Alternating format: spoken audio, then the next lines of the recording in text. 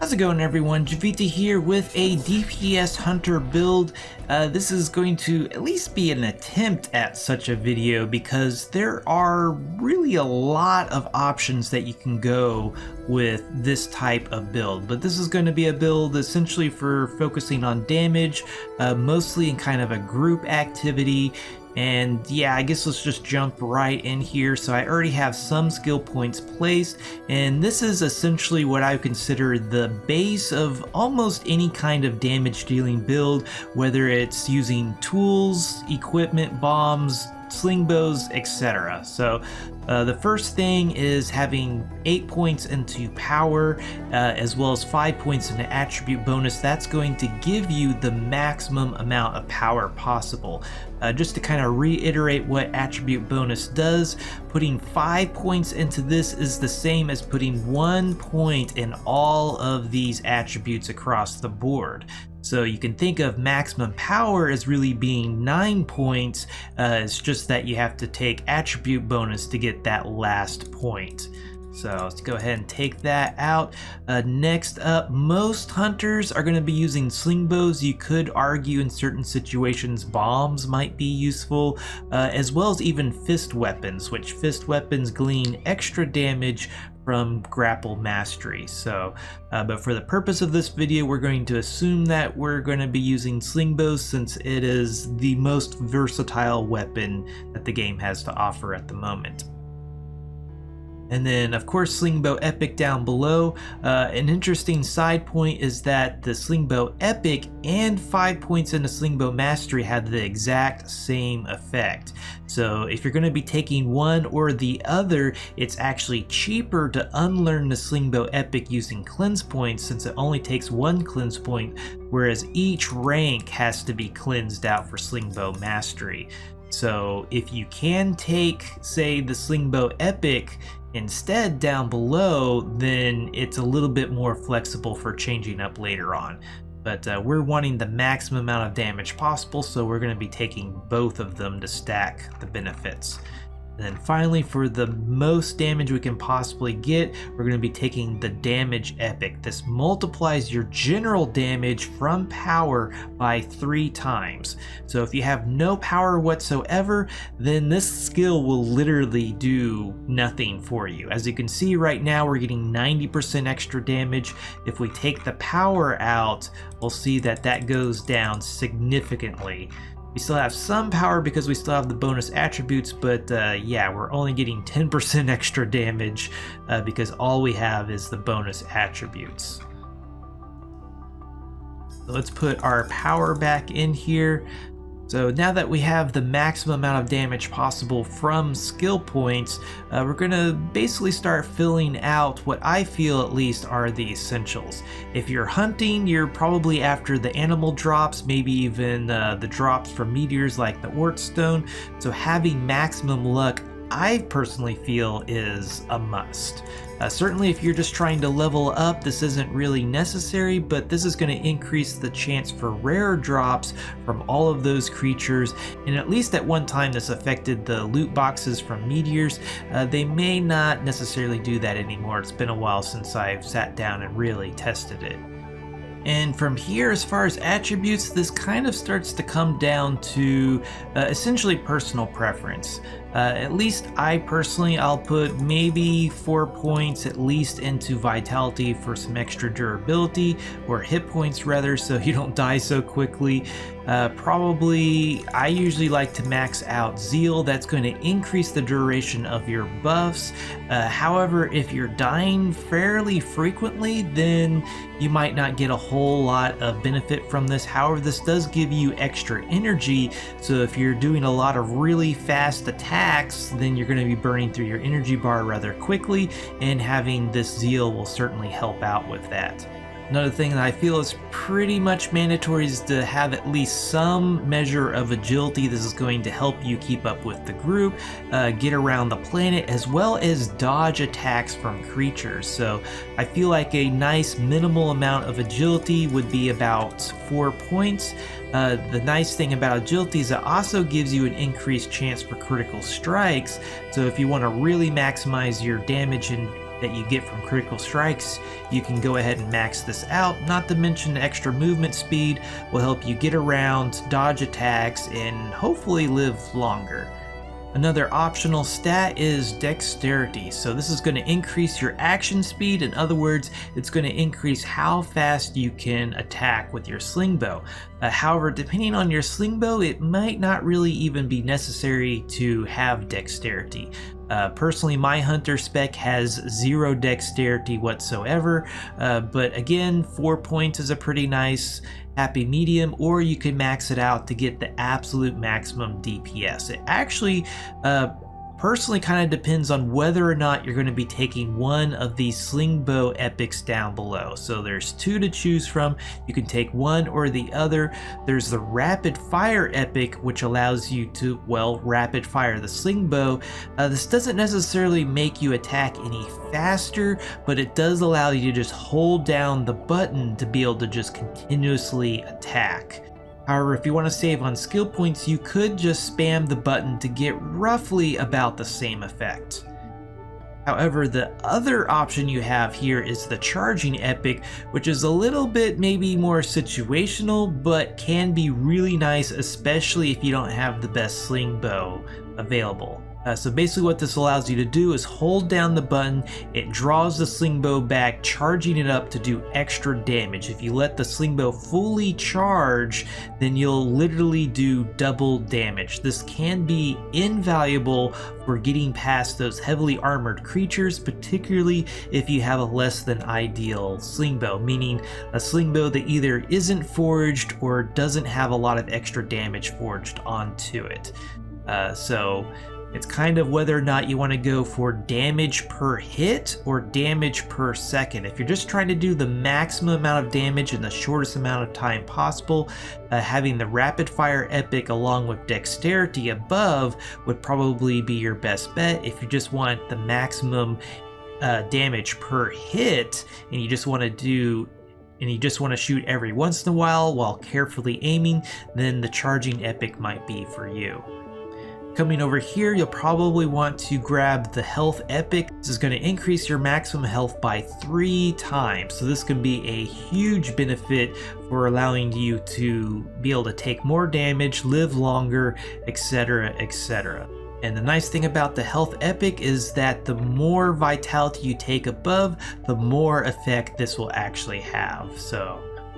But the amount of health that you take is largely a personal preference in your play style. If you like to run in there and do as much damage as fast as possible, you might get a lot of things looking at you, and therefore your chances of taking damage and dying increase. However, if you take a more level-headed approach to combat, you can get away with having a lot less HP. An optional quality of life skill right here is the Shadow Effect Epic. This won't really have much of an effect on creatures that come from meteors. However, those stray roadrunners that you might come across, this can be a huge help in being able to actually attack those roadrunners before they run off away from you. So it's not exactly necessary, doesn't help you do any more damage. It might help you stay alive a little bit longer, but creatures from meteors basically ignore this effect altogether. So more of an honorable mention. Moving on to the endurance section, these will help you to reduce the amount of damage that you do eventually take. So it's basically split up into kinetic and impulse type skills. There's both armor and resistance. So resistances, you can look at that as basically it's a chance to dodge all damage. So this first point, it gives you a 5% chance to not take any damage at all.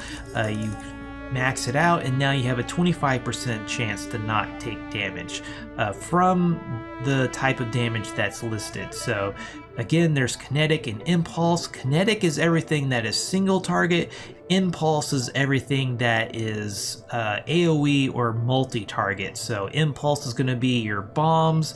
I believe the death beams are technically considered impulse because they can hit more than one target.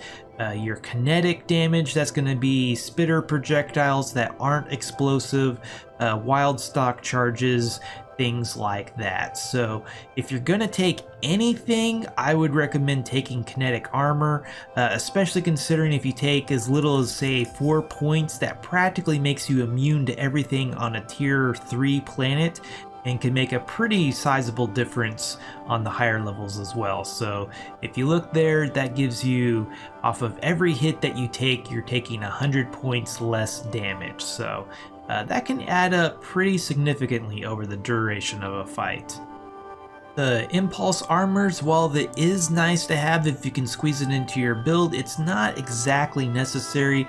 Again, it kind of comes down to your playstyle, so if you're particularly aware of your environment and what's going on, most impulse attacks you can dodge fairly easily. Those are going to be the bombs, hoppers, things like that. So your main culprits of as far as impulse damage that's going to kill you are going to be, say, like the cluster bombs from Cuddle Trunks, and as long as you're kind of paying attention to what's going on, you can usually get out of those before they explode.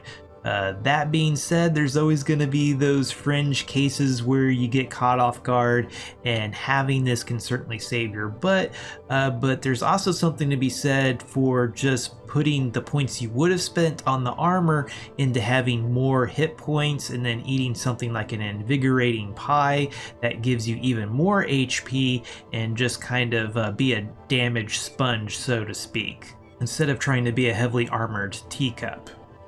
And then under Epic 2, I usually like to take the Durability Drain Epic. That's just going to make your tools and equipment last longer.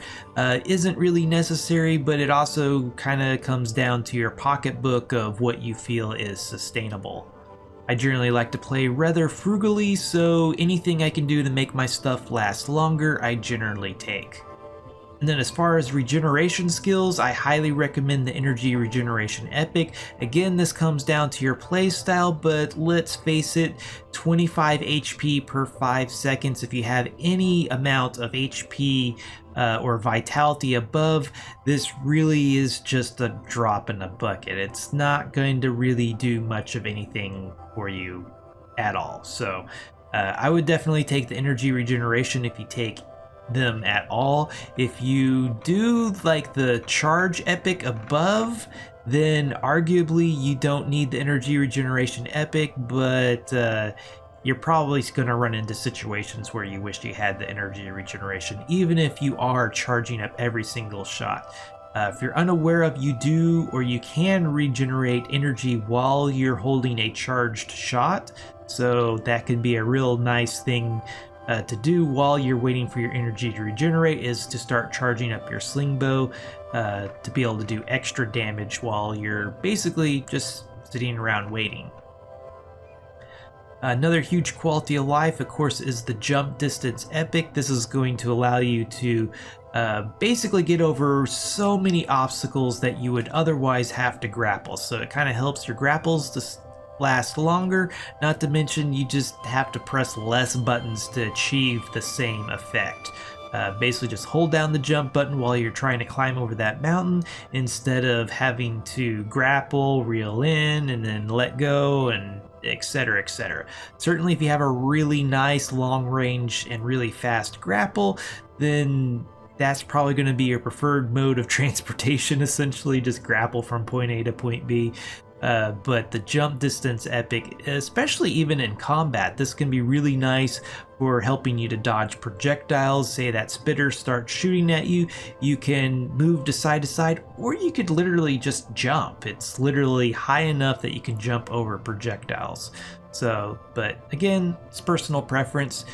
This is one situation where the air jump does actually kind of come in handy, as it allows you to jump over wider chasms, basically. So if I was ever going to take the air jump epic, a hunting build is probably where I would take it. And then naturally you're going to need whatever exploration skills you're going to be using on that particular character. So if you only go to certain atmospheres, then you only need the skills for that area. If you want to be able to go to all tier 6 planets and not have to worry about protections, then you'll need 4 in each category. Otherwise, you can just kind of pick and choose which ones you want. Okay, so I went ahead and filled out kind of the bare minimum of what I would personally do. So I did end up taking the Charge Epic. I also picked up the Energy Regeneration Epic, and I believe everything else. Oh, I picked up the Jump Distance Epic. I still have 6 points left unspent. So there's several options that you could do here. If you want to dabble into healing or at least reviving, you could pick up the Revive Timer Epic. That's going to reduce the cooldown down to 0 between reviving players. Certainly you could use a Cleansing Bomb to basically remove the cooldown off of yourself, but this is kind of it's a nice convenience to not have to worry about it altogether. If you don't mind cleansing the debuff off of you or the cooldown off of you, you could do the Revive Power Epic, and that's going to revive people basically fully healed. Again, it's kind of a convenience thing. I don't really see it as necessary. I don't recommend really messing with Rage or Focus. They're cool skills, they're cool effects. There's just not that many situations that really demand such powerful effects, and really it comes down to you're trading constant effects for temporary effects. But probably a better place to spend these extra skill points, especially if you don't have the best grapple, would actually be into Grapple Mastery. This is going to increase the maximum range of your grapples as well as the projectile speed. The projectile speed is actually fairly important because that reduces the amount of time it takes for that grapple to actually hit its target or at least go its maximal distance. So this can be a huge quality of life of being able to make that shot in a timely manner before you maybe splat and hit the ground, or if you're just trying to get out of some cluster bombs, that's going to help you to grapple onto your anchor point just that much faster and pull yourself to safety. But certainly if you have the guild buff that increases grapple range, or you have a highly forged grapple, you can get away with not having this, which it's usually one that I don't end up taking. So if you're not interested in the revive skills or the grapple skills, you could certainly come over here, maybe take some extra agility for movement speed, some extra dexterity for action speed to be able to shoot a little bit faster. You could even say pick up maybe some extra intelligence. That's going to increase healing from healing bombs and things like that. I generally don't feel like this is really necessary, but of course it is an option. You could also come over here and pick up a little bit of vitality for extra hit points and survivability. It really kind of comes down to what is important to you and what you feel like you can't live without. There's even an argument for putting points into control or putting points into the Shadow Epic to help out with either building towers, because the control will give you extra block placement range, or for trying to snipe those runners before they run off. So okay, well I think that covers the skills pretty good. The one thing that I feel like is pretty much mandatory for just about any hunter, especially if you're going to be doing say the community hunts or doing meteors in groups, is a halfway decent loot magnet. So basically all you want is the attraction range, and if you want extra credit you can even get one with the light source radius boon on it, so it acts like a flashlight and a loot magnet. But this is going to allow you to just kind of run around, and any corpses in the area will automatically be looted and picked up, assuming that you have enough inventory space to actually pick it up. So this can be a huge time saver, helps you to stay in the fight, actually damaging the creatures and not just running around constantly trying to loot bodies all the time. And then as far as sling bows, you're going to want whatever sling bow does the best damage for the planet that you're going to. So in other words, if you're going to a frost planet, you're going to want a ruby sling bow because that does burn damage, and burn damage does, well, bonus damage to frost creatures. Beyond that, as far as the forging, there are so many different ways to forge sling bows. You can turn them into shotguns, so they do basically extra damage the closer you are to the creature, or you could just put flat damage on them with critical strike effect, maybe some extra durability or action speed, etc, etc. So I'm not going to get too much into forging. The one thing I would kind of throw out is that just kind of maybe think about what the sling bow is naturally doing already. So like this diamond heavy sling bow, I did extra damage, but I also did extra projectile speed as well as maximum range. So this essentially turns this diamond heavy sling bow, which is naturally kind of a short range bow, but with these boons, it turns it essentially into a sniper rifle. So pretty nice, and kind of can get away with that because it already has a pretty high base damage. But I think that will kind of wrap it up for this video. As far as consumables, you can of course take extra damage slingbow augments. That's probably the one I'd recommend if you're going to use any of the augments, but there are a variety of those to use. I usually like to use the Mega Strength Brews just to get that much more extra damage. If you're more concerned about damage per second, a Mega Fast Brew would probably allow you to do more damage in a shorter amount of time, but then you're going to be burning through your Slingbow and augments just that much faster. As far as foods, you could go with either an invigorating food for extra HP, you could go with a teaching pie for extra experience, you could even do a persisting pie if you want your weapons to last a little bit longer. It really just comes down to what is important to you and how do you want to achieve it. Since all of the consumables, forging, and augments, not to mention skills, gives you a lot of options to achieve essentially the same thing. But anyway, this was Jiivita. Thanks for watching. If you liked this video, be sure to hit that like button, subscribe if you want to see more like this, and if there's anything you didn't like, please let me know down below. Also, if you like my channel, want to get cool perks, check out my Patreon page. Until next time, peace.